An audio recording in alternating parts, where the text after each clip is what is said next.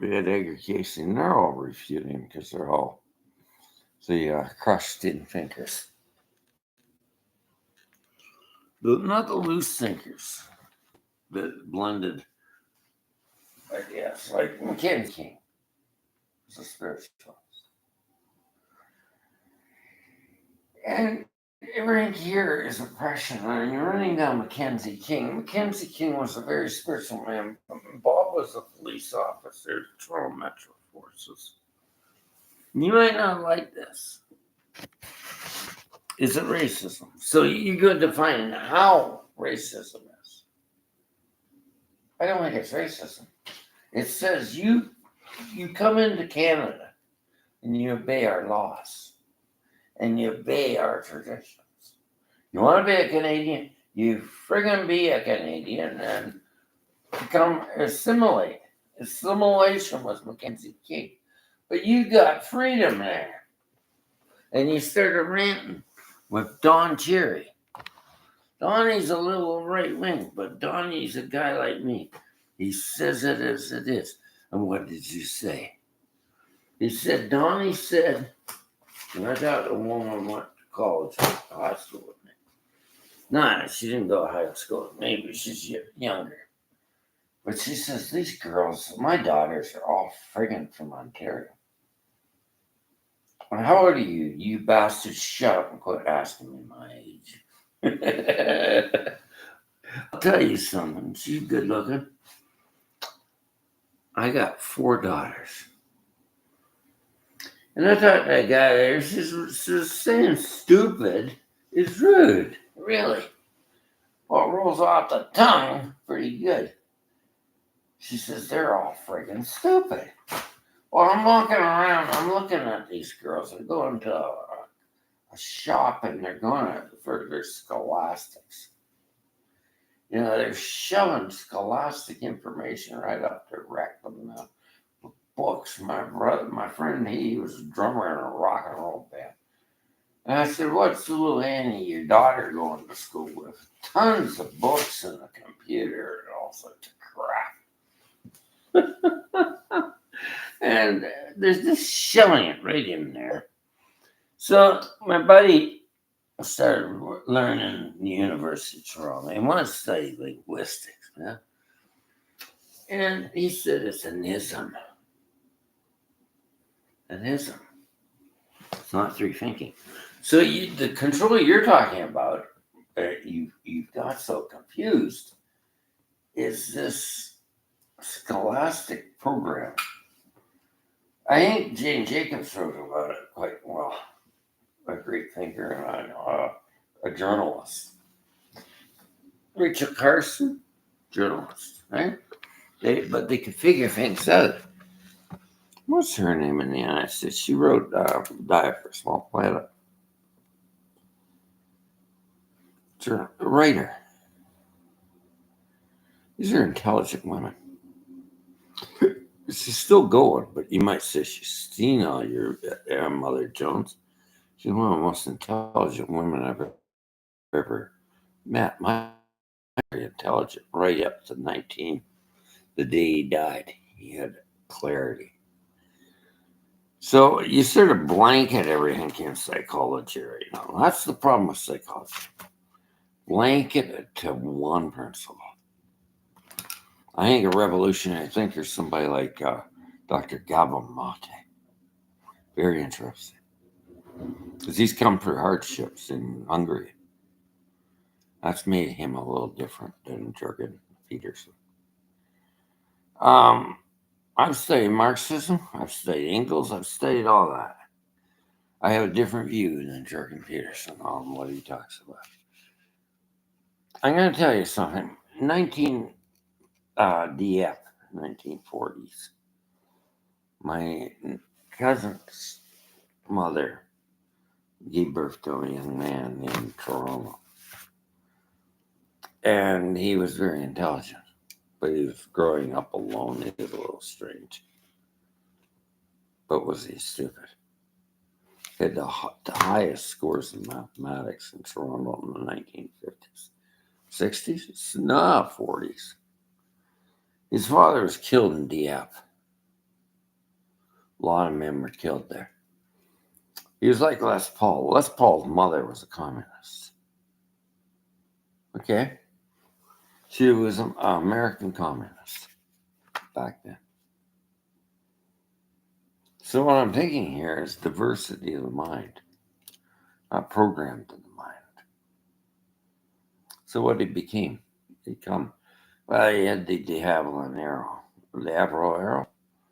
The great Canadian brain drain by a stupid man named Diefenbaker, a right-wing conservative.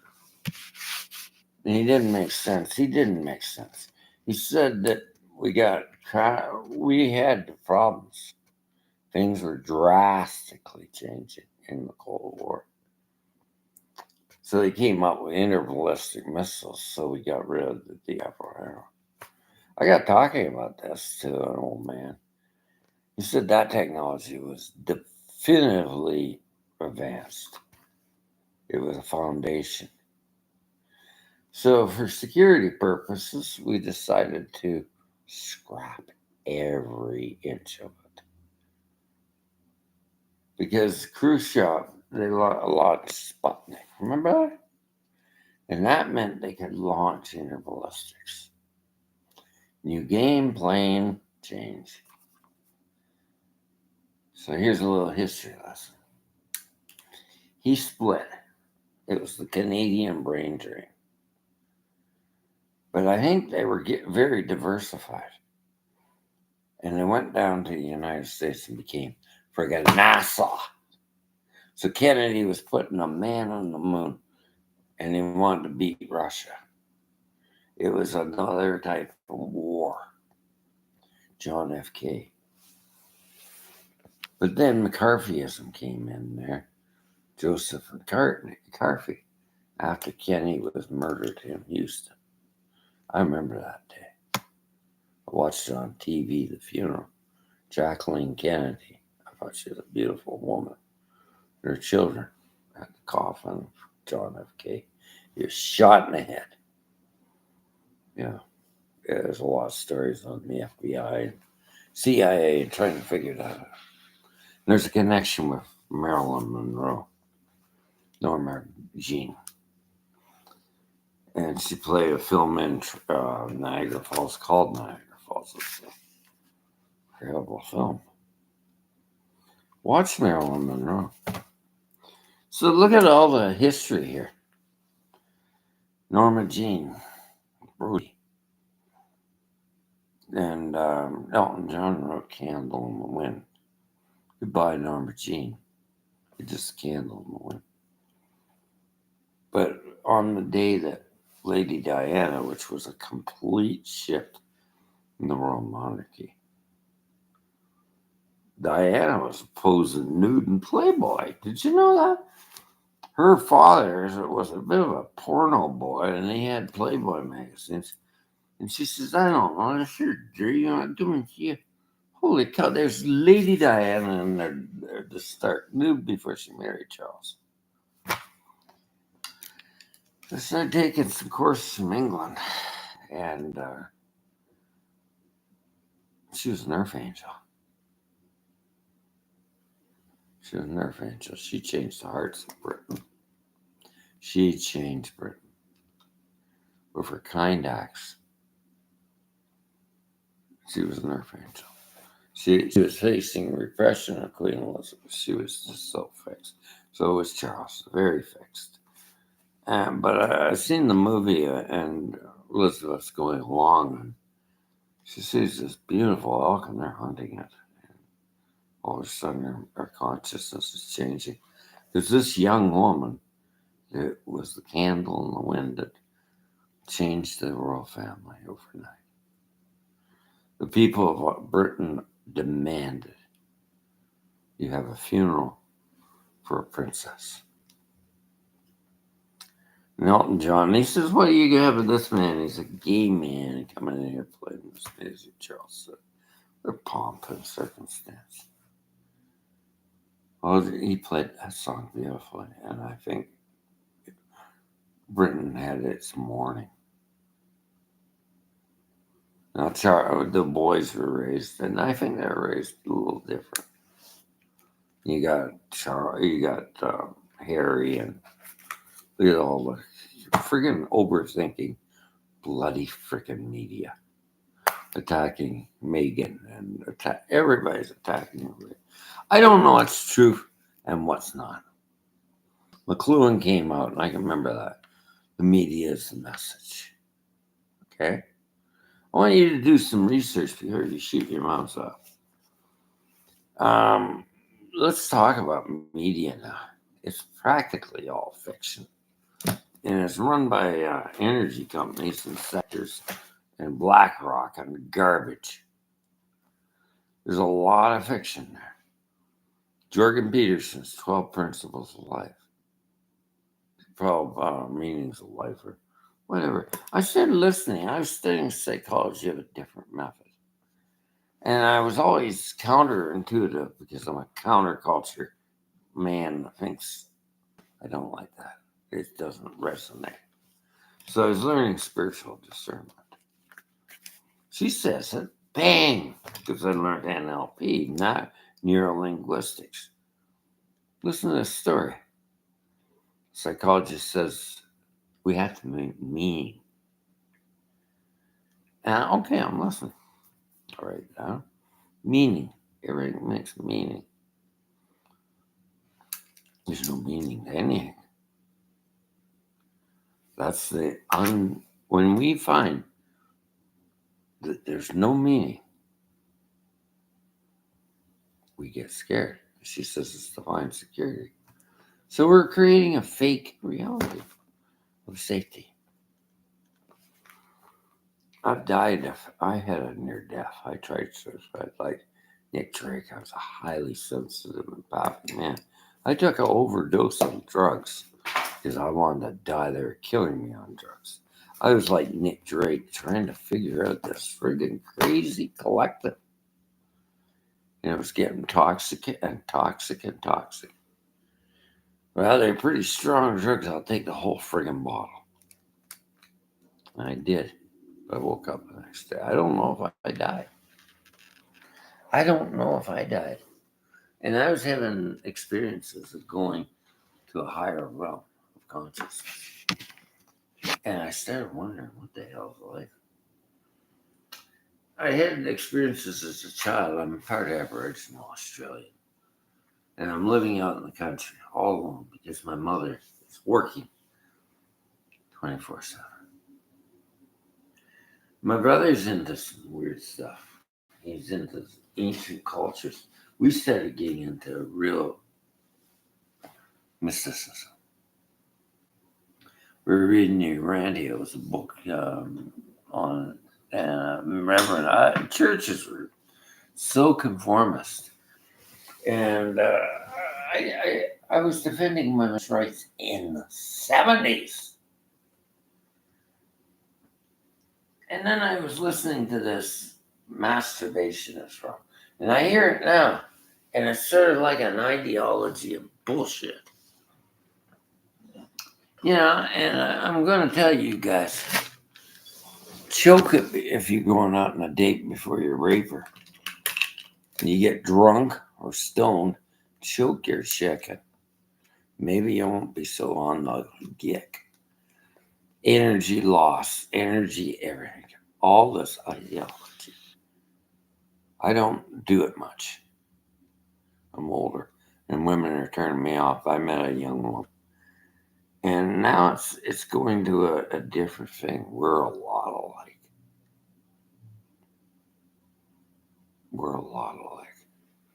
She's born in Pennsylvania, 1989. 1990 she was born. But her dad was so... She lived alone. And she had no friends. Her dad said, only good friends. I like that. So we think alike. Her world was so small. So is she different than me? I grew up alone. And it was these ideologies like Spock. Let the kid cry, just like Jorgen talks about. So I read Dr. Gabamade. I remember we found a lot of things about child development.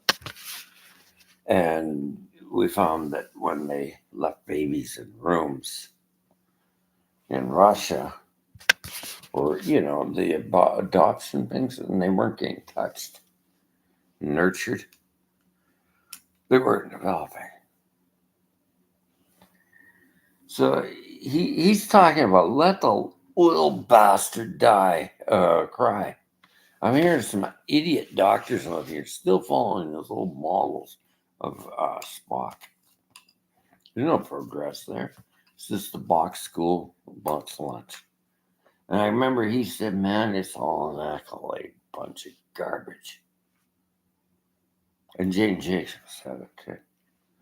Universities now are shoved information in a programmed format because it's yuppies.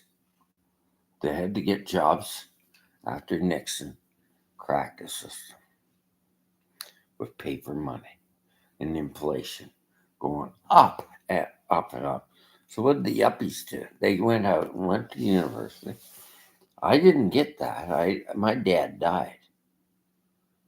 But I was able to process it because we had a decent funeral. And people were saying things that were very, but I couldn't process it when they get away from funerals. So I have a spiritual belief that we should honor the dead. And we should talk and let people talk. Well, those kids there threw my brother in a box and want to save money and they burnt to ashes. They're narcissists. And I was figuring out what's a narcissist and how do you formulate a narcissist? Dad was awful tough to me, tough love. But I wanted to take the rungs of toughness and run me down all the time. I'll make the boy better. I started to think on my own because there's things changing me. I was listening to a Baptist minister there telling that girl her skirt was too short. I don't like that, sir. I don't believe in God now. We walked out the door together. I was a Christian. I had this book pounding into my head. I don't like that. And I started questioning the femininity. She's a beautiful young woman. I remember my first girlfriend and all the mistakes I made. She was beautiful. But I started learning something, guys. I started listening to women. And I've met beautiful women in my life. And they hate it. They hate the puppy dog effect. You got a beautiful girl with you. Don't take her off and show her to your buddies. She's your girlfriend. Spend time with her. That's what she needs. And she was like that. And also, I didn't know anything about raising kids. See, I'm not paying attention to her. I really want this girl. But she's got kids there. And I got to include that. And I couldn't do it. I was uncomfortable with the kids. My buddy, who was a musician, she says, I want to go out with him. But I got a daughter. But he's awful uncomfortable with her. Well, he's never had a kid. He's a top musician. And she's expecting him to be comfortable. I really like this guy. Well, he's doing a lot of drugs, man, and he's dead now. Okay, he was a great, great trumpet player, vocalist, keyboard player. Incredible. Teddy Grimes. I miss him, man. And I used to say, hey, Teddy, how you doing? Well, you're high. You're doing that gig there. Yeah, you're high, man. What the hell is this? You're doing a lot of stuff. I've lost so many friends that I've really adored in the music industry. Can I talk about this? I was talking to Jane Kuvo, and she put a film up, and I said, wow, that's just like my life. Jane Kuvo of Britain. And I started drawing conclusions with Jane. You've got a lot of Gothic music style in you. David Cousins? What? David Cousins. Does I pick that up? Are you a psychic, Greg? Jade, I don't know. What's the influence of David Cousins? My dad was a musician, and David was around the house every day, every 2 weeks. And she says, look at this. I was up in the attic. And it's this classic Gothic music. The Strawberry Hill Boys in the 1960s. And then they wrote a song with Sandy Denny of Fairport, the British music scene. And it was Fairport Convention, Sandy Denny. And David sung a song about Sandy. It's deaf, and it was very heartfelt. There's a lot of music I liked about the Strawbs. And one was beautiful. It was about Grace Starling. It had an organ in it, a church organ, the ambience in that theater. You were my Grace Starling died. It's an old British story. She was a lighthouse keeper's daughter. And it's gorgeous. And I said that the man, it's a romantic, things a little bit in a romantic, respectful way. They washed ashore. I think the sensitive, empathic gentleman is the Renaissance man. Nick Drake was a Renaissance man, but he couldn't deal with life. He couldn't deal with these neologies. And I remember the Clipshorn speakers. They were beautiful, and I still think they're the best speaker in the world. Clipshorn. And they were doing a series on Nick Drake. And I was listening to a lot of Nick Drake. He was not recognized. These were influences in my life. John Redbourne, British guitarist, fingerstyle. Then he was working with some Americans. John Redbourne, working with, what was his name?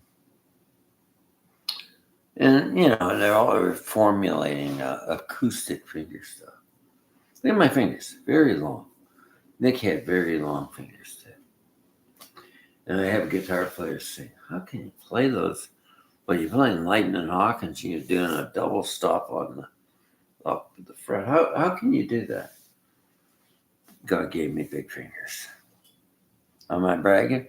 I got big fingers. I can reach about 13 full octave plus on the piano. I taught classic piano players, pianists, and they make an octave, like stride piano. It's full octave, and that made it easy. But I started learning techniques of just breaking it down to triads with maybe one or two fingers. They had Django in there. So I've been playing guitar since 1966. For 65, and they weren't easy guitars to play. They were just junk. But Dad gave me a cheap guitar and I was learning on it. And the action was really high. Very high action. She vibrated. She just a piece of... I was learning on young. But I chunked. And I got away from it because it was... Now we're getting into fingerstyle acoustic. I don't want to play that. I can't play that. I can't play that. And it's all in notation. I was learning notation. I couldn't figure it out. So they started putting it into tablature. And I dropped away the notational music. I dropped that away. And I started playing these vegetable fingerstyle and stuff in my 40s. Because I had a lot of hardships in life. But look at the serendipitousness of life. April 12th, 1955 was the day I was born. And that was the day the polio vaccine came out. So this year, in this past few years, we got arguing about conspiracy theories. So I think of McLuhan. Was he wrong? Media is the message. No, he wasn't wrong. But then the media became the misinformation of what we call opinions. And opinions can't base science on. You cannot base scientific fact on opinions. You can't base anything. So it's a pocket line political system and ideologies and trying to keep everything together. And technology really improved. Yeah, I didn't have a computer. I had notepads. Oh, brutal. I learned a lot of equine sciences that I never knew. I had to really chunk her down and learn biology 101 and horses.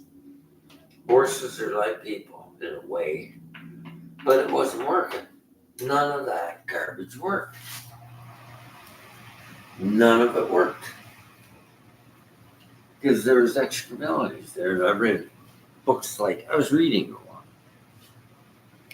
And I'm sitting at the track, I'm getting in there, and these guys are crooks.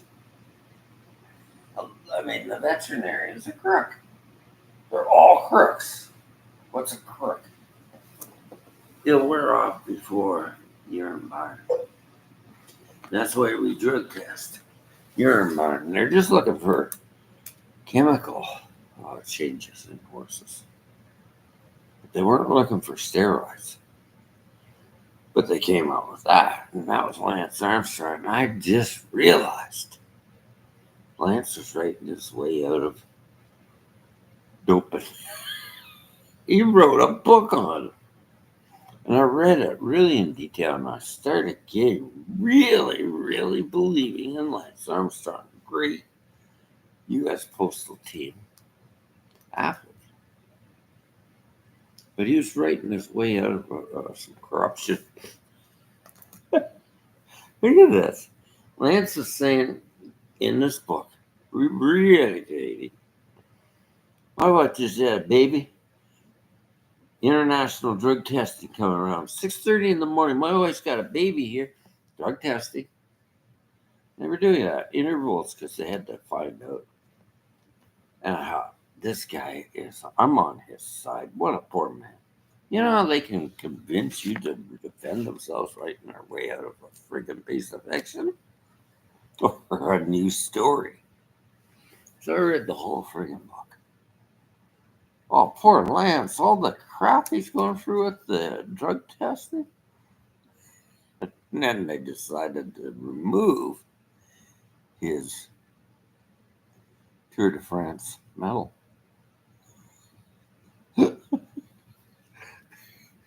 Because he had steroids. Case closed. Drug testing. International drug testing. I got talking to a guy up there, and he was from Kentucky before all this crap was getting in with Nixon. And the horse racing business went right down. It was externalities of money laundering, flooding the market with printed cash. It was coming up to Ontario in our tracks.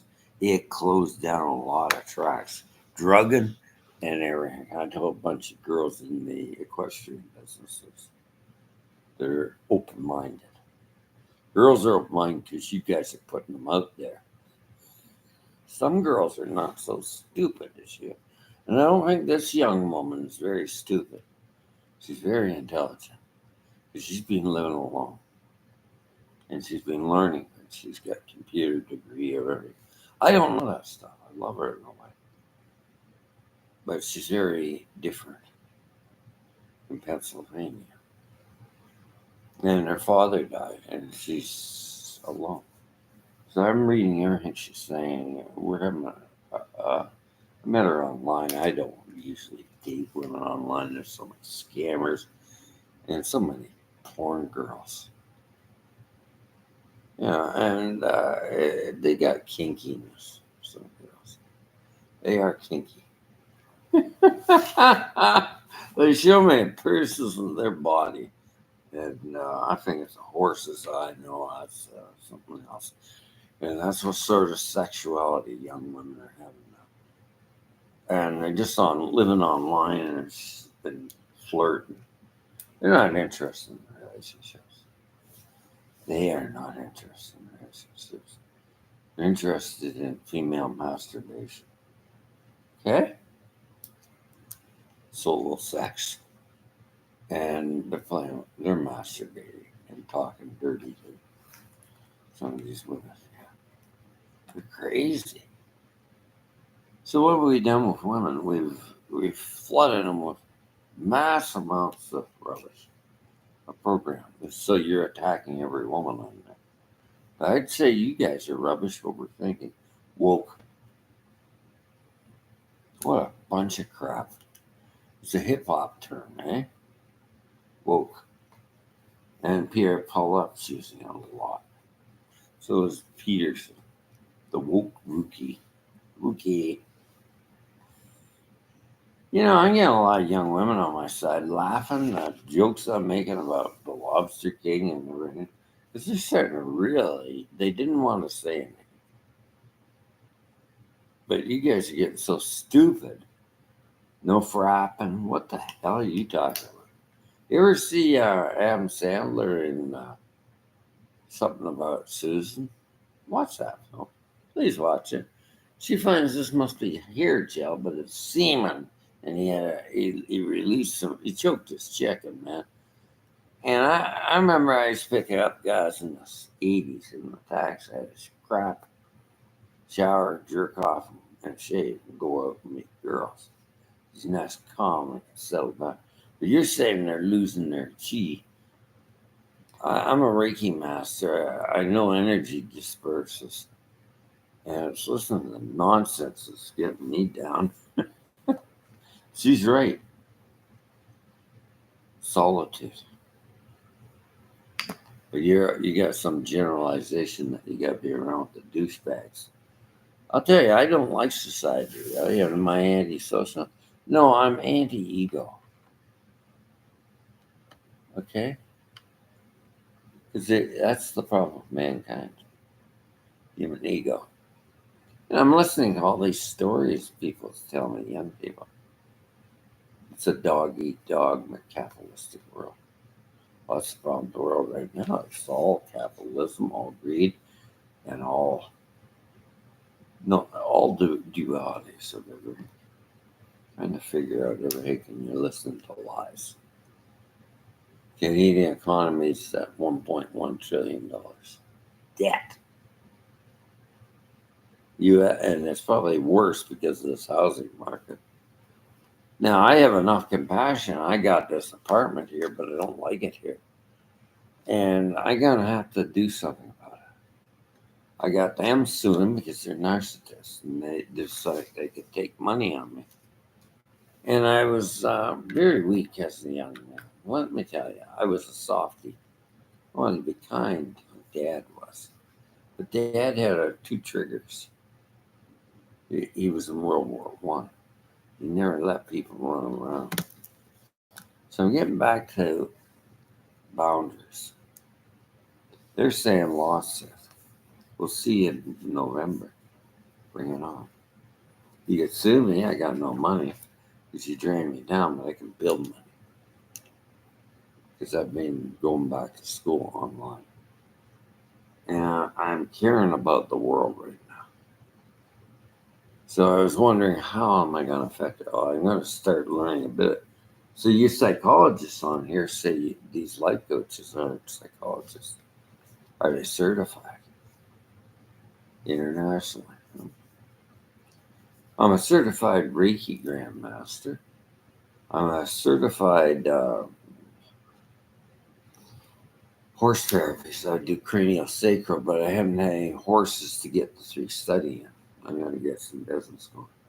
I'm going to do Reiki and advertise it, and I know a little about biology. So I'll tell you something I noticed with equine assisted therapy. They don't have any education in certain fields. A lot of these programs, they don't have any education in wrapping legs. She comes to me, she's wrapped a leg, and I said, look at it. What did you do? You put the pressure around the tendon? You put it around the can? I didn't know that. But I'm not saying you're stupid. I don't mind what a young woman's saying. I didn't know that. But these guys, they listen to some stupid thing, and I say, you're freaking stupid. And here I can't even stand the music things. Les Paul to Paul Reed Smith to all these, which is better. I hate Fenders. I like Fender. They're just different machines, but they're all friggin' experts. And it's getting so egoic, the music crap. They can't really friggin' play it, but shred. I hate shredded music. It's music scales. I can play fast on the piano. I can play up and down on the neck of a guitar. But it's boring. Boring. I hate Joe. He's just too fast. I hate that shit. It's just too fast. Articulation, fingering, technique. I play Chuck Berry style. I play a lot of style. It's just I would not ever refuse learning the modals of the Django. It will never hurt you to learn some foundational structures of rockabilly, Chuck Berry, anything you can combine. That's a hard nosed one guitar. I can get a lot of tone out of it, and I don't get into all this duality on which freaking guitar's better. They're all different pickups, different everything. I can change the whole structure on a Telecaster and put Seymour Duncan's or something on there, and maybe a humbucker, but you would never know it. And tone, guitar tone, we're using pedals, we're using different amplification, different rigs, but they're all getting into one. They're idiots. They're just ego on Facebook. I get so mad at it. It drives me nuts. I hate Fender. It's an honest guitar. You can play a Fender Telecaster guitar. I said, did you start electric guitar on a Tele? Yeah. That means you're an honest guitar player. Yeah, you're an honest guitar player. Because you can't make a mistake on a Tele. She's got a lot of twang.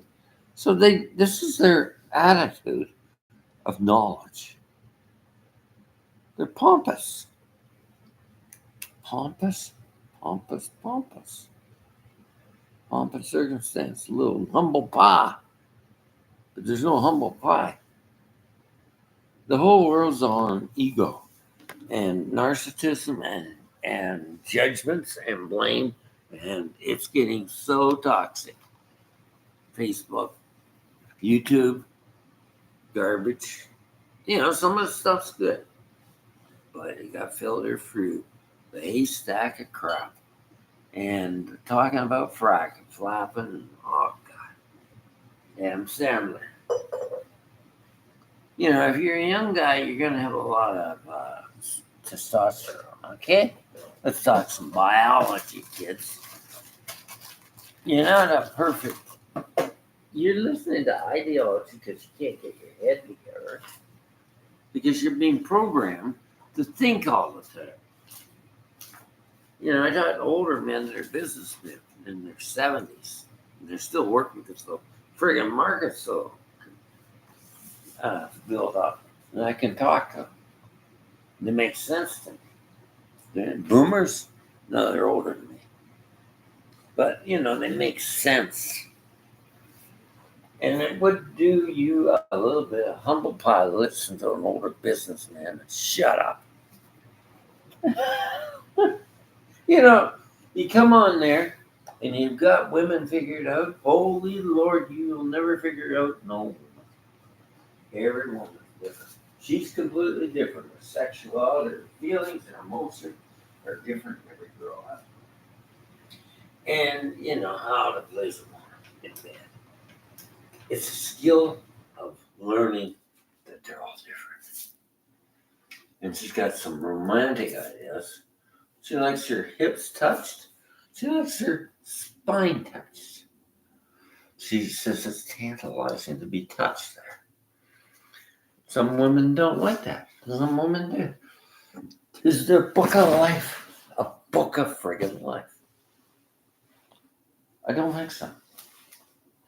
So he's trying to figure out John Lennon. Yeah. Yoko Ono and them in New York, and he's got an estate out there. And the band's in there, Yoko Ono band and John Lennon. And he's camping out on the ground. Well, the butler, there's a man camping out. John, there's a man camping out. We'll bring him in, we'll have some breakfast, and you'll read it. You know what he says to him? He says, what's it mean? What's bloody what mean?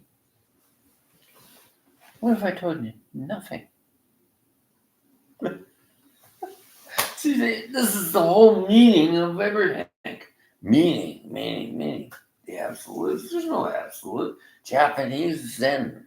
It's always to get to the 0 point of everything and non-thinking. So I put an ad up there. I'm trying to do psychotherapy to help people get out of depression because I found ways that work.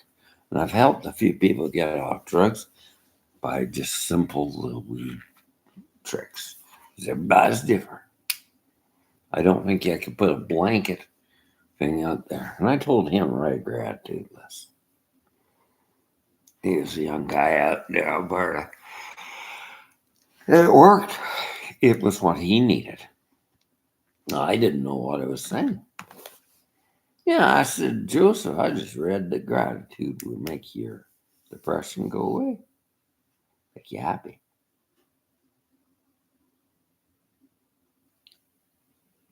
You know what? It was like the blind man went to Jesus. And he's seeking the solution. So he touches Jesus' robes. And just me saying that was what he needed.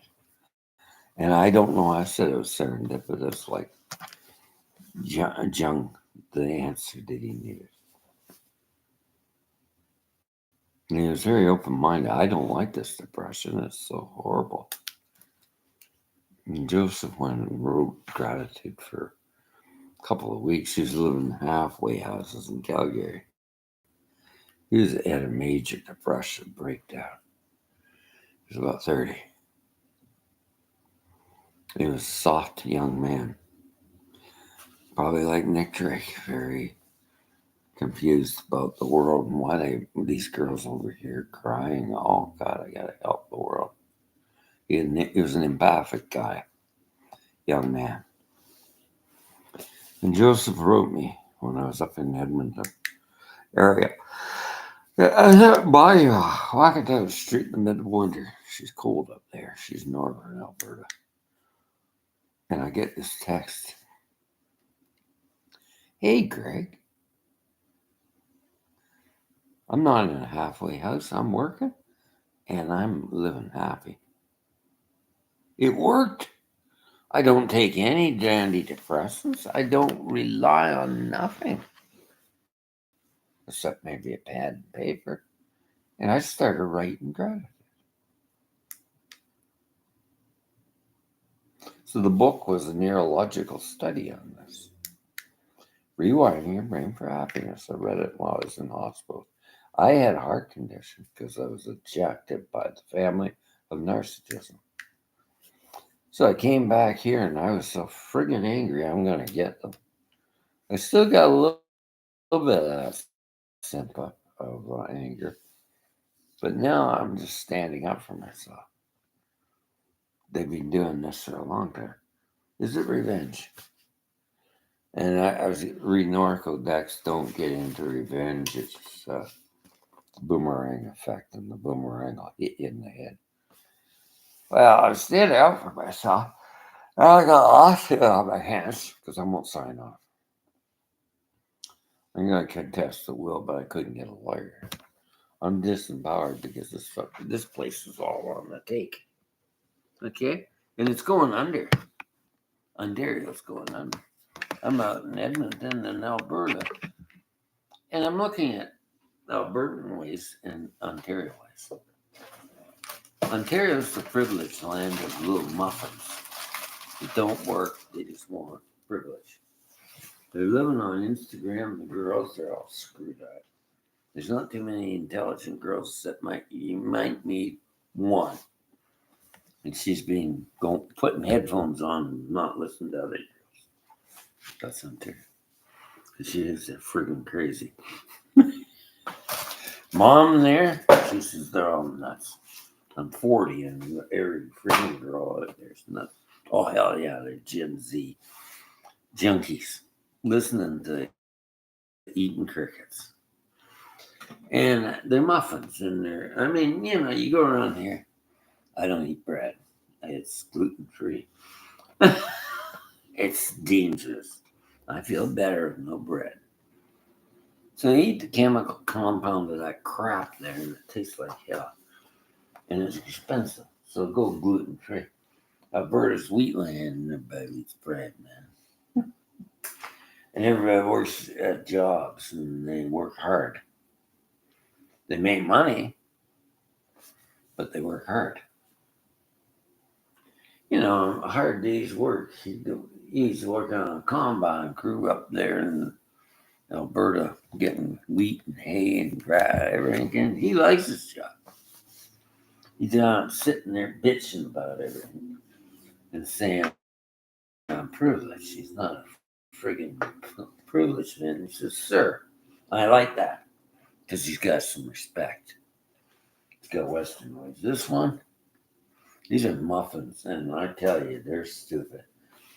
And I go into a coffee shop, and there's a bunch of girls studying for the grade 12 to go to a university. My cousin was a police commissioner. I'm going to talk about the Ontario OPP and the Ontario Toronto Metro Force. You start from the top. You start from the top, kids. You might go to police college, learn a bit of the foundations of law and order, but you don't start. You start from first class, but they're constable, and you work your way up the ranks, and you keep on learning. And you make it to deputy, chief, Ontario Provincial Police, the same friggin' way. Goes to RCMP. RCMP are a different change from the Northwest Mounted Police. They got First Nations people in them. They got Sioux Nation boys and girls, and they're Indigenous.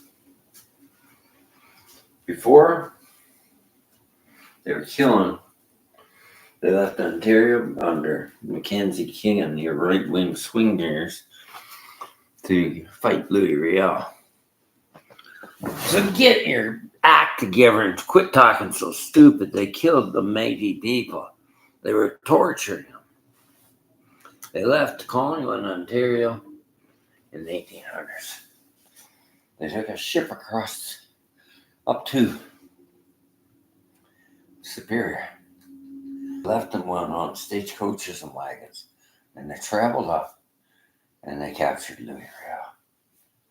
And they hung him. A little bit of history lesson of your stupid politicians. You say are good and bad. You're so right-wing, they were the problem. Mackenzie King was jump shipping. He was liberal and then he was conservative, just to get his way. Well, you got politicians like that here now. Doug Ford is a crazy man. Everybody's calling everybody elites. What's he calling elites? Well, they just on the phone was sort of open to everybody. Just call me up. I'll call Doug up. Because I don't play golf, but they do, and they're elitists. And he says he's going to build over golf courses and everything. They're men that work here, build up their businesses. Or retire up in the Greenbelt. He's going to build over golf courses and everything. Elitists. You know, some of those men I talk to that are elitists or pro hockey. Pro hockey. I'm talking about NHL pros. Elitists. They're real men. They've been playing hockey for a profession. Just like Donnie Cherry. And he said, you people. Because Don was just to the point. When he's growing up, his dad taught him to be honest and speak your mind. Be a man. So he made a nasty team called the Boston Bruins on those principles. They used to call them the Boston Bullies, but they're good. He's playing for Minnesota Wilds. Let's talk about it, Minnesota Wilds. He says, I hate Don Cherry. Why's that? Taught me to get my head up. I'm going down. I got my head down, skating for Minnesota Wilds. He threw that water bottle off, hit me right in the head, and went down. You'll get your head up. And that's what they do. Boston, they're nasty. So I like the Bruins because they made the Vancouver Canucks cupcakes at their little stupid supports by Stephen freaking Yep Harper. I liked it because I love Pierre Elliott Trudeau. So that was a man. What? He was fearless. He's like a leader. He's a federalist. Everybody says he's, he hung around Fidel Castro. He was very open-minded. They're friends. They had a good relationship with Cuba. What was happening in America? Well, they had to put a Cuban Missile Crisis, right? So Fidel and him were friends. And yeah, his wife was crazy. She was younger. A lot of women, younger, just too young for her. But he liked her, and they got married. I remember Pierre. I was living up in Ottawa. He had some guts. He was driving around in a Mercedes, open.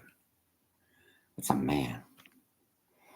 They could shoot him. He didn't give a hoot. He just says, watch me. He had an arrogance to him, and not everybody liked it. You know, I was going through this, and I had to discern. I guess it was my dad was a liberal, because he was a war vet. And they helped vets come back with the Dominion and Canada. He could get jobs, and the conservatives could get jobs. I found the same friggin' thing with the right wing of Ontario. They're just a bunch of stupid men. Elitists. Elites just dumb, like Mike Harris. Dalton McGuinty, I like them. But people don't like anybody that supports the police. They don't like any law enforcement. They want freedom. Cousin was a police commissioner, Toronto Metro Force. His son grew up and he followed in his footsteps, Tom. He became staff superintendent. They're my friends, my buddies. That's OPP. They're coming in. And they're telling me the problems that's in there. I think cops are pretty easy going. Some of them are hard love. Because they got post-traumatic stress, man. And I'm starting to listen to this. You're getting awful hard, boss. but I'm not your enemy. Yeah, I had a bunch of cops looking at me thinking I was some sort of bum. I said, "You're mistaken me, sir. They got their guns and they're holding, stand back. You're always coming in here. I haven't been in here. I'm just reporting my walls." And all of a sudden I said something to him. And I realized I broke the arrow. There's no war here now. I said, "I want you to do something. I'm going to give you an order, Constable." "What?" "I want you to go home to the wife safe, please. I'm going to pray for you and every officer right here because you're going through one hell of a hard time." All of a sudden, I got cops for friends. I had to do that because I was getting judged by another guy here that has long hair.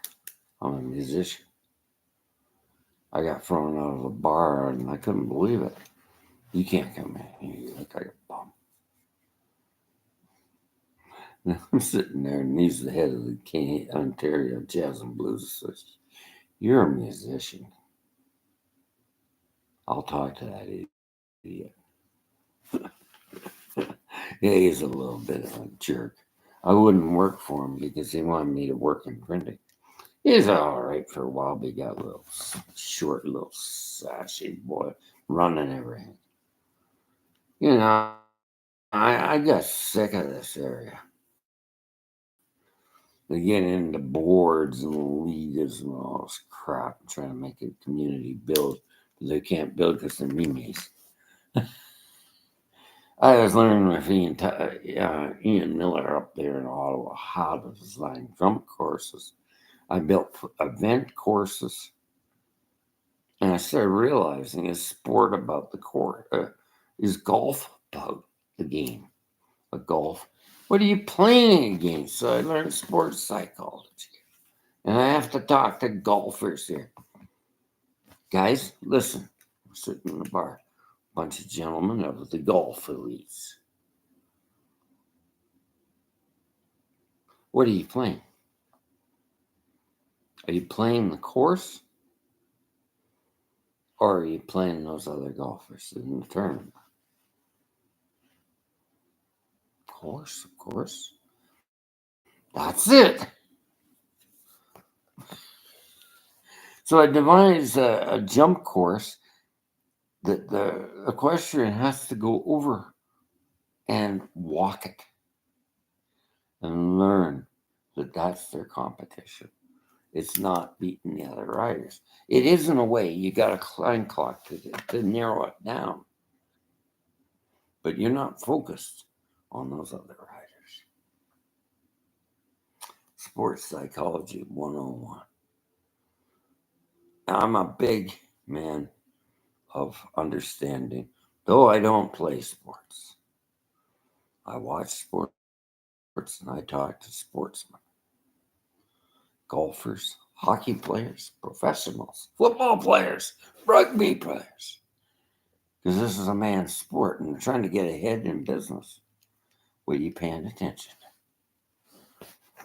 So here's a guy, he's going to get assisted death. He can't get housing, he's on drugs. He's got no tether to get up on his feet. So I started listening to a story, and I'm in the park. And I talk to you, son. What's your problem?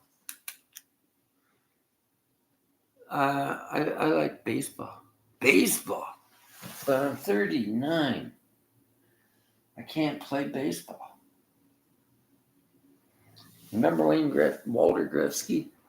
Walter Gretzky. He wasn't he wasn't Wayne Gretzky's son and father. He was all the father. But he's the coach. He's up there getting girls through equestrian school doing transitions. He's 89 years old. He's still coaching. So what the hell's age and why? And if a horseman can teach you some skills, even if walking the course in equestrian, listen. I get some young girls that are just so friggin' stupid. And I get some girls saying, "You call me stupid? Megan, let's talk. You didn't know." But that one there just says old school, and I'm not listening. Well, you get that horse and kick it. He'll kick you in the head the way you're treating it. You're 17 years old, and you've got into a fix. I can't talk to you, honey.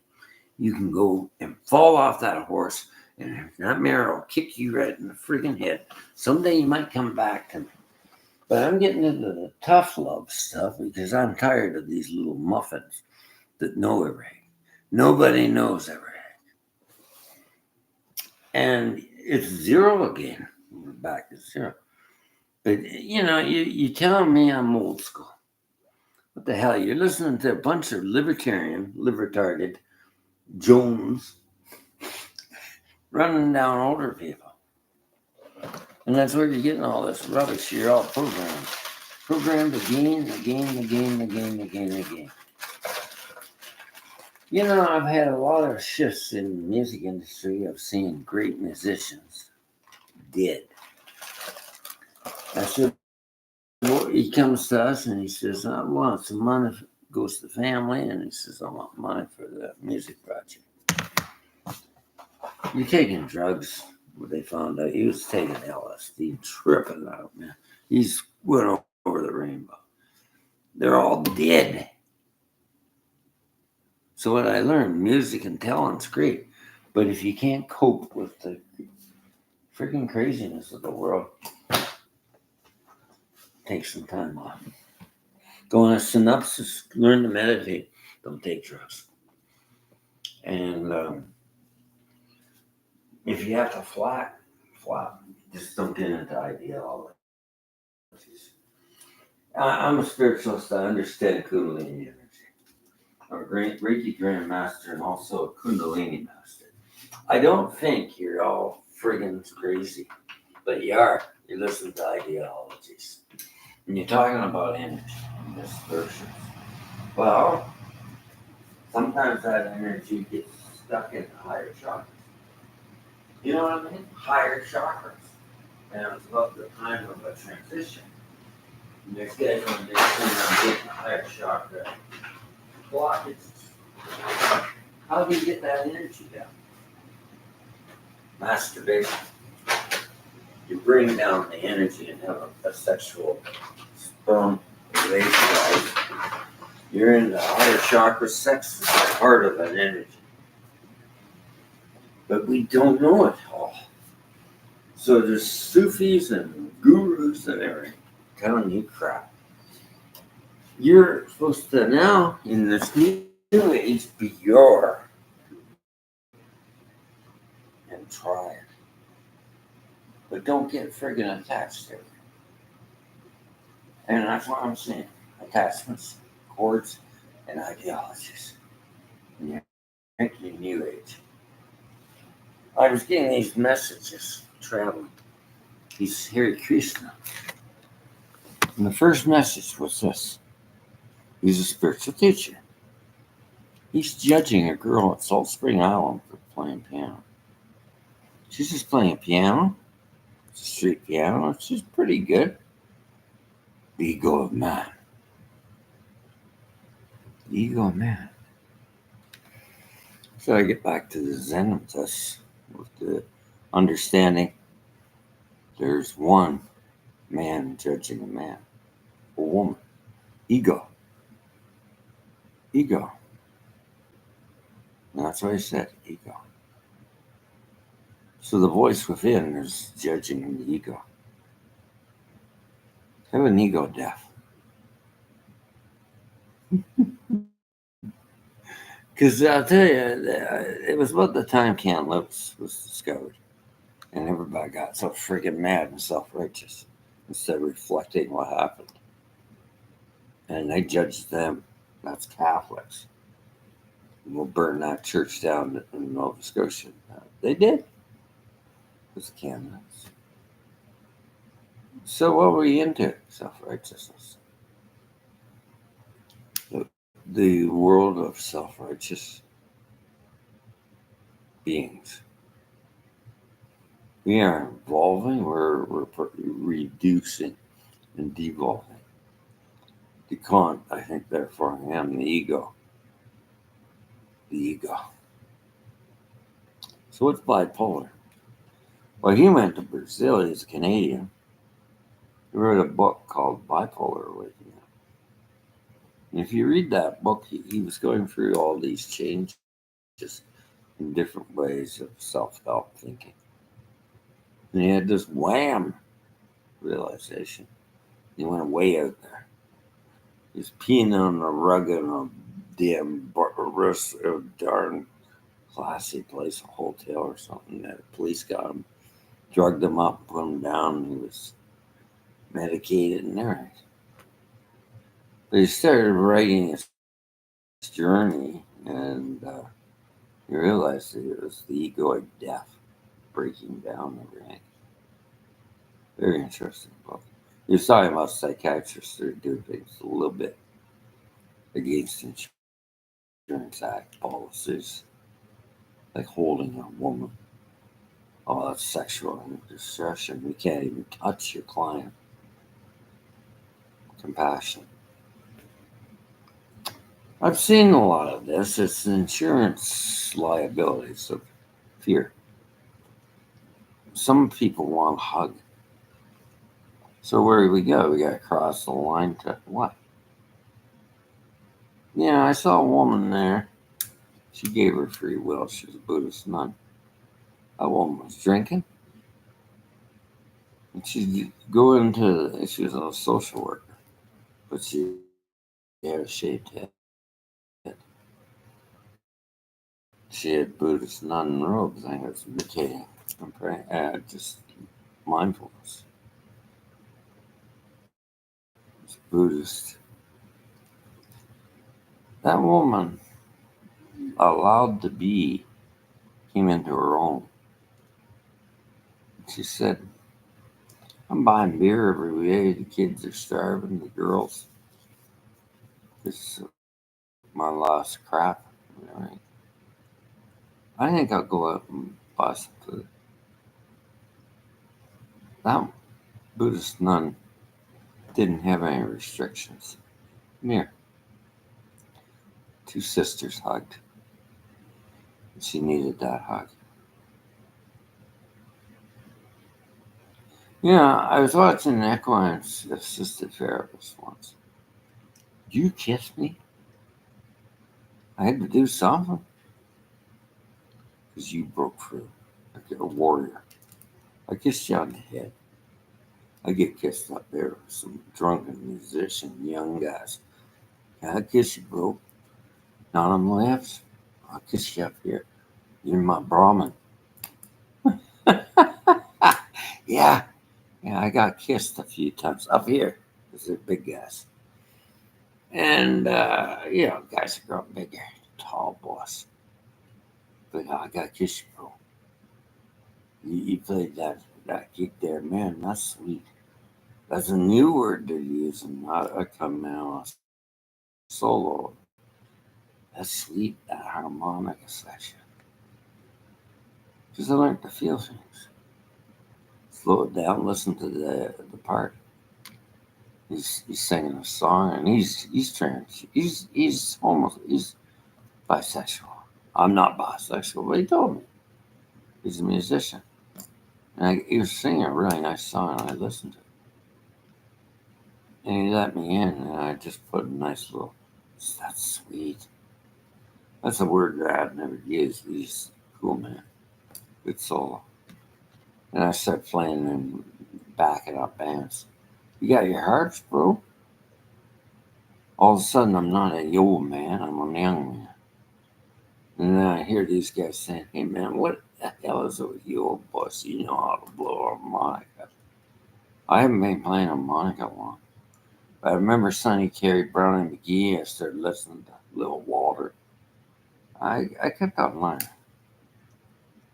And I know playing in bands. It was hard in the 70s.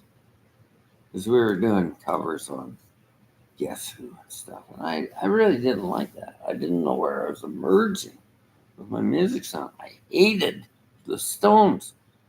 But I'm playing the Stones, man. I don't know why I was playing blues. The band would not go into some blues riff. I just wanted to jam those late night blues by Muddy Waters, Buddy Guy. And I didn't know why. So I just started to get a looper and started playing other instruments. And I didn't know why I was playing that. I wasn't really syncing with the band. We were playing a lot of 70s standards. Yeah, but it wasn't my gig. April 1, Bachman Turner Overdrive, all those songs. And guess who? Mick Woman. I didn't know I was playing that. I wasn't blending to really liking it. I was too eclectic. And I was just fiddling around all my life with music, listening to a lot of music, influences. Sonny James, 1957. Young Love. First love was shared with deep as country. But there's something about the vocals and the harmonies and Scotty Moore. I liked him. He was good. He was the first guitar player of Elvis. Yeah. And Johnny, he had Johnny Cash. The Telecaster was 1515. It was just, and it was just the guitar was backing up Johnny. He didn't have a bass player. Who else didn't have a bass player? The Doors. The Doors didn't have a bass player. I got a bass player joint. But, I was such a purist of bass guitar for a while. And I was listening to, he says, get into this. This is weather report. It's jazz. Let's jack up the scaries. They're joining Joni Mitchell. Now, there's a lot of influences. I'm playing with Lenny Solomon up there. He's the bass player. And he's younger than me. And he's got an alembic. That's what, who's that bass player? Ah, but he had so much technique. And he was slapping, popping, and everything. I couldn't do that. It was just 1/5 type. But I liked it. And then I was hearing Colburn, and it was all fretless bass. Like what was based on this slapping and popping and stuff. It was based on those upright bass. Pop, pop, pop. Yeah, slapping. But everybody was getting into these. I want to play mingus. I want to stay into one stylization. I'm a professional. I'm making money, man. I don't play just one stylization. I play what that band plays. Lenny Solomon's a jazz violinist, electric. I can't make money listening to one stylization. He made it in the music industry. He also taught me piano this year, rudiment of chromatic scales. So I started really listening to this. Rudiments are chromatic scales and knowledge, learning music theory. And I don't know about Jocko. I think he was very avant-garde and he was just playing around everything. He didn't know what he was doing, really. He's crazy. And that made him a great bass player. But I meet bass players and I say, she's playing a banjo, what key are you going to play? Well, it's a 5-string and I think that one's in G. So I'll play in the key of G. Jocko, he didn't know because Joni was retuning. So he's just arrogant and he said, I'll play around. And it made music. I hear too much too much arrogance in music. Arrogance. Being eclectic is good. And learning different stylizations. Peter Frampton, he hated jazz. He friggin' hated jazz. But he pulled out his parents' records. What is this? It's Django. Well, he added those modals, and it really changed his sound. Joni Mitchell was listening to Mingus. Jazz elements, everything blended makes the music. It's not the arrogance of what guitar. Stephen Stills Jackson Brown said this. Stephen Stills said some men had a lot of ornamentation in their mansions, rich men. Not Stephen, he just had a little tractor trailers full of guitars. Jackson got that way, Jackson Brown. You go down there and he's playing a gig. He's got how many guitars on stage? Just racks of them. Why so many guitars, Jackson Brown? Open tunings and different tonalities. So these guys are trying to say which guitar is better, who's better. And I'm getting these questions downstairs. Is a Strat better than a Tele? Different sound. Different. Is one woman better than another? Just different. But we're getting into this blanket of normality. Blanket statements of coming on here and telling some psychological conclusion of normal. And I got hearing this. I had to get off the streets of Calgary because it's so friggin' dangerous with drug addicts. And I went up there and I said, I think I'm crazy. So I voluntarily sent myself on the psych ward in Calgary. And the questions to get in was pretty easy. Do you feel anything different from me? And I looked at her and I'm a man, maybe. Yeah, I am feeling things differently. Well, then you're in. Ah! You're in, man. You're in. You're all different. Wow. We're all different. So everything's based on normality. That's why the schools of cupcake non-freedom is the in here. But I'm different than you. You're different than me. What size do I have down here? The Filipinos want to know. But it doesn't really matter, man. And I'm up there, and the wrangler says, "How big is it, sir?" Because I'm worried when I get old. Who cares? It'll rot off and wither away.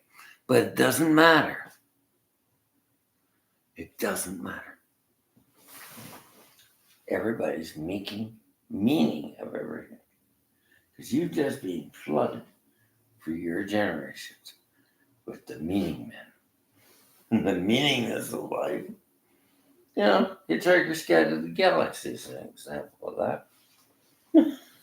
You ever seen that? It was 19. When computer technology's coming out, we have video games instead of real things. In Hitchhiker's Guide to the Galaxy, I remember that. And it goes up to the monolith of the universe. Just one big computer. Massive. And what's he ask? What's the meaning? What's it mean? Come back in 5 years, the computer says. And I'll have the answer. And he's processing this big monolithic computer says. What's the answer? 1. It flips out. 1. Yeah. Meanwhile, back at the ranch, the galactic people said we'll blow up Earth and we're making a freeway through everything. That's like Doug Ford there. He's making a freeway through green parkland and trails and everything to build a house. So, it's about the same freaking thing. Meaning and mind and Jordan Peterson's 5 Principles of Life. What about precepts? Precepts are just following some simple precepts. Keep it friggin' simple, stupid. It might be all right, but I'll tell you, I'm wondering about intellect. I'm really wondering if that's a good thing to have. You know, Rain Man, he was Dustin Hoffman, autistic so long, but he's intelligent because his mind's focused on one thing. You know, this kid couldn't think of anything except numbers. He's very spectrum disoriented on autism. Well, what's he doing? Figuring out pi, the square roots, and all this stuff in his head. This is his head going over and over mathematical equations. My cousin was like that. He's a mathematician. So, you know, he was very intelligent. And he also he became a professor of astrophysics, very big.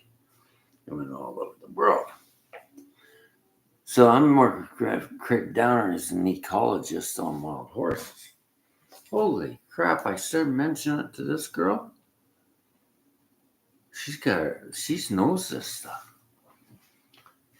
See, I was going to ignore her because she's got those semi-naked pictures she's sending me. But she's just gifted, and maybe she's like a Yoko Ono. She was seducing me. She's a beautiful woman. But I started getting to know her, and she calls me babe. But she's American, okay? She's raised in Pennsylvania. My father had all these conditioned ideas, and she's writing me long letters. This isn't a scammer. Scammers come up with all sorts of, they can't think like a woman. She tells me what she likes sexually, physically, and spiritually. And she sees these connections. She's 30 years old. So in Pennsylvania, there was a Reiki master I knew named Reiki Master Price. She's a woman. And she said, you'll meet somebody. This is a multi-dimensional human being. Well, what was grandmother Letitia, the fair one that they predicted? Crowley. She was Mormon raised, but and met Native Indians and everything. Yeah. She became the grandmother of the light workers. She's living in. There's a lot of highly evolved spiritual young women on the planet. And I want to tell you something. What did the Dalai Lama quote? He didn't say what Jordan Peterson said. That's a misogyny. He said a Western woman will rule the world. And I've always known that because the feminine energy has to come down to her. Now, as a man, I'm seeing a different sort of yin that I need to learn because I was praying to the Lord. I was praying to Spirit. I'm a medium, and she says, thank you. Arizona, they call me horse shaman. Women there. Here, crazy. BC, wooden man, Ida Graces. And then he started, I got a haircut, and he says, handsome man, Chief says. I like these people. So I said, Ida Graces. So, what am I? And so I'm getting an interview by a psychic out in Nova Scotia. See, they're going out to Tampa, going out that way. He says, I see an area, but you got to get a tiny house. There's no housing out there. Now, I tried to get a nursing home. We don't want you. Because they're generalization of stupidity. Nova Scotia's in a lawsuit with what? A woman died. We need Reiki masters and healers and shamans out there. And I'm thinking, go to Alberta. I need a tiny house or something. I can get money out there. So I'm sort of at a crossroads of not knowing what to do, but it helped me get a business going. I've been studying for years on quantum theory, psychology, spirituality. I've been into spiritualism since I was a child. And I knew I had gifts. And I was living alone like she was. And I was like, her. The young, and her father was like Martha, his parents. Only stayed with good people. But I couldn't find good people, so I stayed alone. Positive. Well, I said, I'm trying to live in the world, but I can't be 100% positive. There's a lot going on. She's like somebody I'm starting to realize I need. I've been doing this on my own and studying alone, but I'm really questioning life now. There's a lot of women I admire in the spiritual world. Men, a lot of douchebags. Yeah, Sade Guru. Can't you discern that that's an ego? Can't you discern what he's saying? You give these guys enough rope, the egos, and the hangman's off. It's like every dog prophet out there. He's not a guru, he's a influencer with a beard. He's saying the Reiki, don't do it. Don't do it. He's so arrogant. Listen to him. These attachment courses. And then you're generalizing a blanket statement of every Reiki healer will attach to it. I'm fed up with it all. So am I a Reiki master? Am I a teacher? Yeah, George Canyon says I'm a father. Jim Carrey said the same. I'm a Jim Carrey or am I the pet detective? Who am I? What hat do I put on? Hat man? What hat? Yeah, that's like a guy just like Doc Holliday out in Alberta. Is he Doc Holliday? Looks like him. Uncle Bad Friend. Ringo, I'm Marshall too. And I could get into that, One moment I'm a gambler. One moment I'm a gunslinger. One moment I'm U.S. Marshal. And skin that this, let me go. And that's the way it was, Doc. He had a lot of problems, Doc. And I seen him sitting across from me looking like Doc Holliday. Whoa, that's Doc's moved up from Utah, from the United States up to Canada. And listen to him out there. The Southern rock music, Sweet Home Alabama. Now they're playing Sweet Home Alberta. They're getting pretty proud, the Albertans. And I'm thinking of going back. There's something I don't want to right here.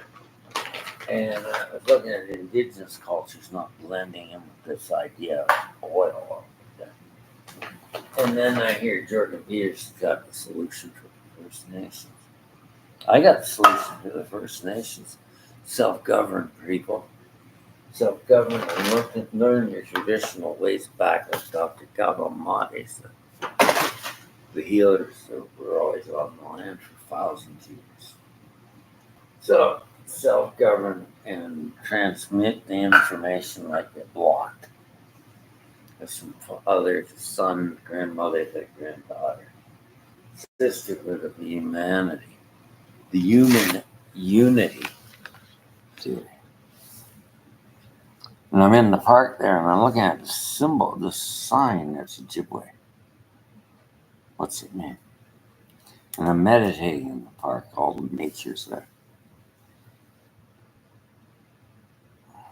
What interweaves everything in nature? The Ojibwe say love. this unified love, the interwoven threads of life. Golden threads. I love. And I got into arguments with other Reiki practitioners because I was learning more methods. And she said, I disagree. Well, go with her. And you're drawing in dark energy. Why? Because I learned off a woman that works in energy healing. There's a professor. She said, light draws in dark vibrations. And you got to counteract it. So what are we missing in the world? Jesus in the Bible said the streets were paved with gold on heaven on earth. We got to get gold back. So I use Kundalini. And in the Kundalini system of Gabriel Olson, he adopted him. See, it's not automatic. I have to go and change the heat systems. I can't never regulate because I'm not church with it. We bring in gold. Because you bring in the dark. So she got on social media. And she's into the Freedom Convoy and everything. And she's really hooked on anger. She was a good woman before. Now she's reading everything. All the darkness just hit her over the head. I was angry. I didn't like what I went through. But I knew it was in the past. And I knew to soften up on the reins of life. But don't get too soft. And don't let a narcissist take you down financially. They want me to sign off. I'm not signing off for 900. I want millions. They've hurt me pretty bad. I'm going to sue them in probably the province of Ontario. And it's just the way it's going. Doug's always getting sued, so why not go out to Alberta? She's conservative, but she's Albertan conservative. Doug's just stupid conservative. So, this is our Alberta, and they don't have the temperance out there to drink Alberta Premium because you can't drink Collingwood whiskey. She's gone. She's gone. There's nothing to stay here for. I always like Collingwood corn whiskey. Gone. I'll go back and drink Alberta Premium Canadian Club, but I'm not freaking listening to that crap. This province is so temperate, so getting out of it. Bars close up real early. I'll let them have a drink. And I don't like to argue with people and get called boomer because your wife for you out. Because your daddy was a good father and he said for a lot. Isn't that? No, that is. One of the worst. Colony was a quiet town. It was. But we got into dualities over unions and management and not great one out here. It's just a friggin' speedway. Because they'll bring in more money. That's all they ever do. Think of more money. Never have any faith to let things come in to its own. So they got into Robert Moses model of developing the town unskillfully. And they just build up more traffic flowing through. They got partisan. The Ontario Liberals were put a bypass through. It was up to Blue Mountain Village. The woke people of CBC came in one night. I was sitting in the coffee shop out there. Where are we? Oh, you're in woke land. Because Pierre says the CBC's woke. These are film crew and everything there. And I said, you're going to Blue Mountain. But where's Collingwood? This is a liberal bypass. They didn't want it, so they put that through. So that's how duality works. Liberals put in a bypass, and they also put traffic calming circles. Traffic circles like in England and Australia to calm the traffic. Here, they put a friggin' Daytona 500 through. because I want more traffic cattle. And I hate it here. It's noisy. And I've never seen, when the COVID came out, everybody's angry. Person's turning off, he's got a signal on. I don't know how you can drive a car like that. You got your finger on the brake, no, on the gas. You got two fingers up like this, and you're steering the car with your foot or your wiener. What the hell is that? You can't slow down. You're all hyped up and mad. Everybody was mad around here. Crazy. So you're out of work. It's COVID, right? No, it's China or something. Goddamn. Well, it proved out that I had a guy come in here. His wife died. COVID. I didn't die. But the fear was getting into you. And here's the guy, he says, I got to get something to smoke. I gave up smoking 10 years ago. I'm going to start smoking again. Maybe get out of your ass, go for a walk and start going into those nice parks over there. But no, you go get some cigarettes. Dumb solutions. So, you know, Alberta is a little different. Not everybody goes to the doctor every day to get more prescription bills and more junk. See, Alberta quit paying doctors by prescription because I think Alberta was looking at it's costing a lot to get these farmers. They're having accidents and crap. And we're going to have to change things here. Well, the healer was always paid by the visit, paid by, and we talked about that chapter, Chinese. If the community was sick, then the healer doesn't get support. So that was one model. But they looked at another model. I guess it was under Notley or somebody, and it seemed to work. Doc says, we don't get paid by prescription out here. We're two-tier health care. Two-tier. Okay. Get out here, you get Blue Cross. Blue Cross. I look at that Blue Cross plan. It's travel insurance too. Woo! Worldwide travel insurance. So, what's my options here? Go back to Alberta, Nova Scotia, where people are dying in hospitals because the wait time is so long. Live here because it's more funded by pill pushers, or go back to Alberta. And I'm going to be honest. I'm thinking Alberta's sort of going to blend in with the United States and keep the thing flowing. What the hell happened to the old shipping here? We could ship down to Superior, right across Lake Erie. They're not shipping nothing. What the hell happened? I don't know. So I'm at the point of zero to explain that. But I think I do know. We got into some idea that we can't have unions. And I got talking to the Ombudsman of Ontario. And everybody's saying, the prices are going up because of carbon tax. Well, I found the answer there. No. That's what I looked at before. Unions going out, and that CP Rail, and it's been stopping shipments to Ontario and other provinces. And we're getting food shortages. So I talked to the Ombudsman for 2 hours on this. Greg, you're not partisan. Not right now, because I want to get out of that. I want to figure out a solution to zero. This is good.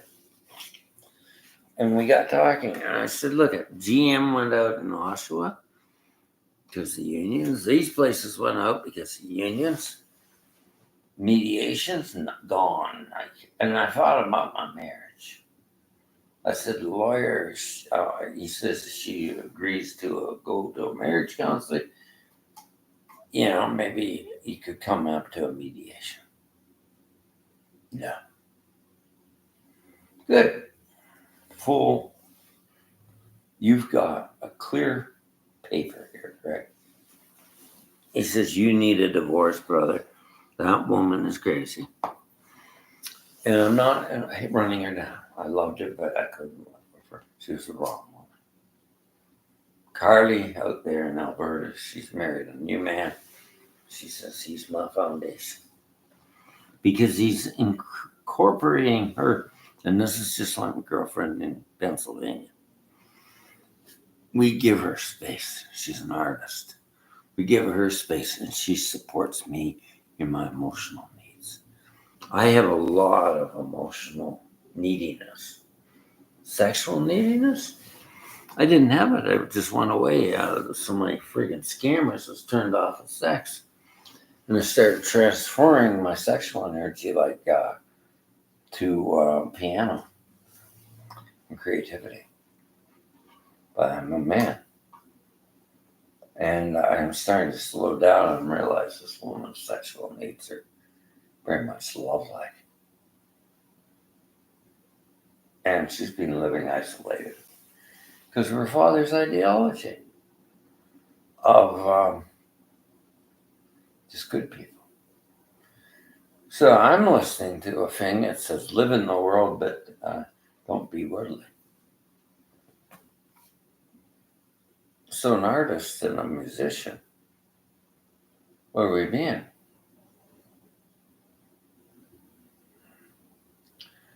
We're looking at the circles of democracy and space. A woman needs to develop her art crafts and her skills and her sensitivity. But I start discussing it. She's highly evolved and intelligent. I'm talking about Greg Towner and the Wild Horse Conspiracies in the United States. She knows all about it. She studied feral horses.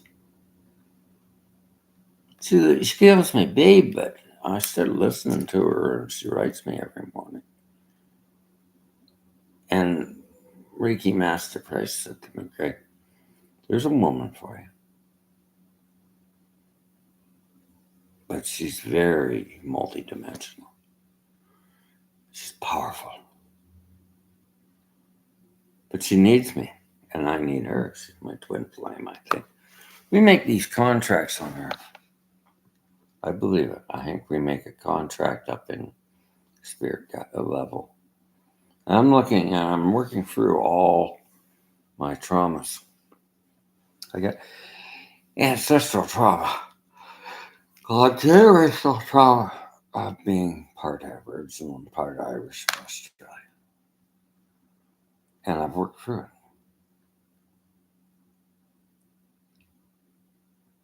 And it's strange. It's strange. I'm going back and my guides are making me remember things. So I started an Arizona course on compound PTSD. Because everybody's saying you gotta have this and that, and only we can fix that. Horse therapy won't, and that won't, Reiki won't. Well, let's have a lot of tools there. I got lots of time. I don't think I'm gonna die. I might. I believe I'm here for a purpose. Do you have a purpose in your life for this earth change? Do you have a purpose? So I'm an old soul in a young body. Old body. She's a young old soul in a young body. So here we could get into age gap blanket psychology, which is horseshit. And everything's always different in the spiritual realm. Nothing spiritually fits and makes sense. It doesn't make sense. So you got a choice. The spiritual enlightenment of not knowing, of zero, and listening to the constant. There is only one constant in the universe, and that is God and love. But everything else is in material form. It's not that. it circles and ebbs and flows, and it's got duality and it's got changes. And that's all we can do. So don't try to make meaning out of life. Don't try to get into any principles and get attached to things. There's no way. Don't, and the teacher, the Buddha, kill the Buddha on the path. Meaning, don't be attached to the finger that's pointing at the moon because you're just seeing the finger. The teacher, the guru. And you start getting attached to ideologies. There's a lot of spiritual teachers coming out with a lot of garbage right now. Because their egos are flowing in there and narcissism's getting high on YouTube. Be careful.